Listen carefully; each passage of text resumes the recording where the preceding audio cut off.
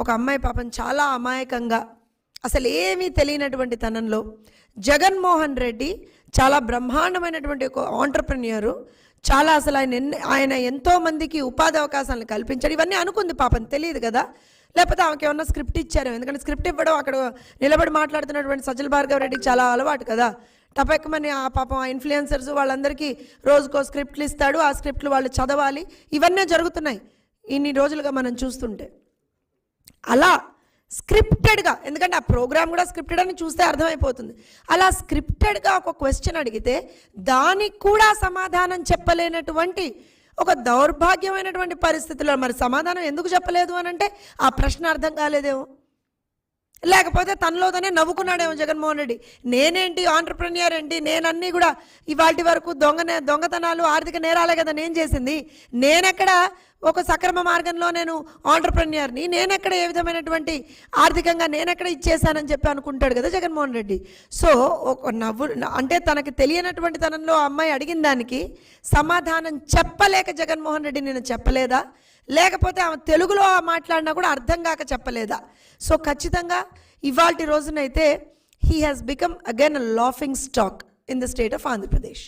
ఎందుకు ఈ మాట అనాల్సి వస్తుంది అని అంటే, ఒక ఆర్థిక నేరస్తుడు, ఇందాక నేను కోట్ చేసినట్టుగా సిబిఐ ఛార్జ్షీట్లు, ఈడీ ఛార్జ్షీట్లు, ఇన్ని షెల్ కంపెనీలు, ఇవన్నీ కూడా తన వెనుక పెట్టుకొని, తన మీద ఇన్ని అభియోగాలు పెట్టుకొని బయటికి వచ్చి యువతను నేనేదో ఉద్ధరిస్తాను, రాష్ట్రాన్ని ఏదో బాగుపరుస్తానని చెప్పి కట్టుకథలు పిట్టకథలు చెప్తుంటే ఎవరింటారు, ఎవరు నమ్ముతారు? 5 సంవత్సరాల్లో రాష్ట్రంలో ఇవాల్టి రోజున పిల్లలకి చేయాల్సినటువంటి ఆంటర్ప్రెన్యూర్షిప్ డెవలప్మెంట్ ఏదైతే స్కిల్ డెవలప్మెంట్ ఉంటుందో దాన్ని అటకెక్కిచ్చేశారు. స్వయం ఉపాధి రుణాలకు సంబంధించినటువంటి అంశాన్ని అటకెక్కిచ్చేశారు.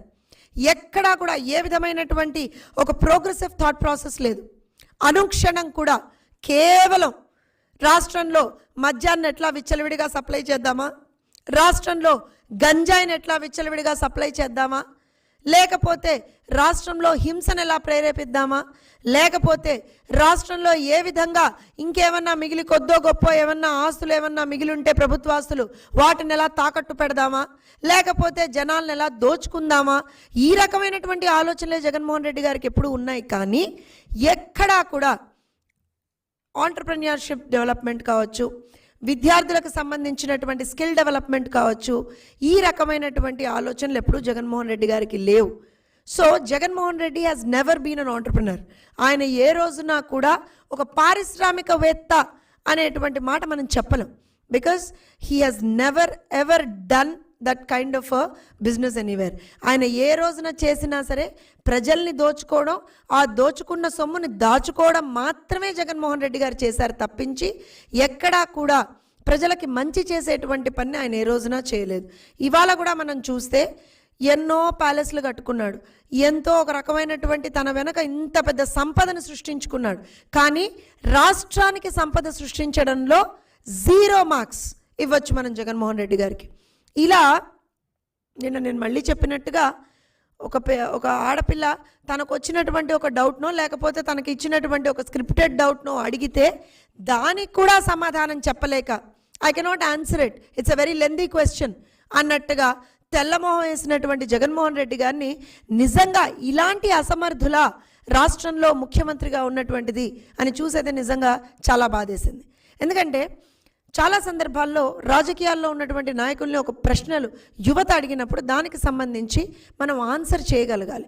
దానికి సంబంధించి ఒకవేళ మనం ఒక పార్టీని రిప్రజెంట్ చేస్తూ ఉంటే ఆ పార్టీకి సంబంధించినటువంటి విధి విధానాలు సిద్ధాంతాలు ఏ రకంగా ఉంటాయో చెప్పగలగాలి. ఫర్ ఎగ్జాంపుల్ తీసుకుంటే లోకేష్ గారికి సంబంధించి సేమ్ క్వశ్చన్ కొంతమంది యువతతో ఆయన మాట్లాడుతున్నప్పుడు లోకేష్ గారిని ఇదే క్వశ్చన్ అడిగితే what we have done earlier, what is in the pipe line, అంటే రేపు పొద్దున మేము అధికారంలోకి వస్తే ఏం చేయబోతున్నాం అనేటువంటిది చాలా క్రిస్టల్ క్లియర్గా చెప్పగలిగారు.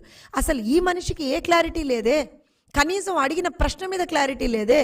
ప్రతిదీ అక్కడ కూర్చొని ఒక రకమైనటువంటి బేలతనం అనాలా లేకపోతే దాన్ని ఒక అర్థం కాని తనం అనాలో అర్థం కాదు. కానీ అలా కూర్చుండిపోయి ఉత్సవ విగ్రహంలాగా అలా కూర్చుండిపోయి ఒక పిచ్చి నవ్వు నవ్వి వెర్రి నవ్వు నవ్వితే అయిపోయింది నేను సమాధానం చెప్పేసినట్టే అని అనుకుంటే మాత్రం యావత్ ఆంధ్రప్రదేశ్ రాష్ట్ర యువత మిమ్మల్ని గమనిస్తూ ఉన్నారు. జగన్మోహన్ రెడ్డి గారు, మీరు ఇది అర్థం చేసుకోవాలి.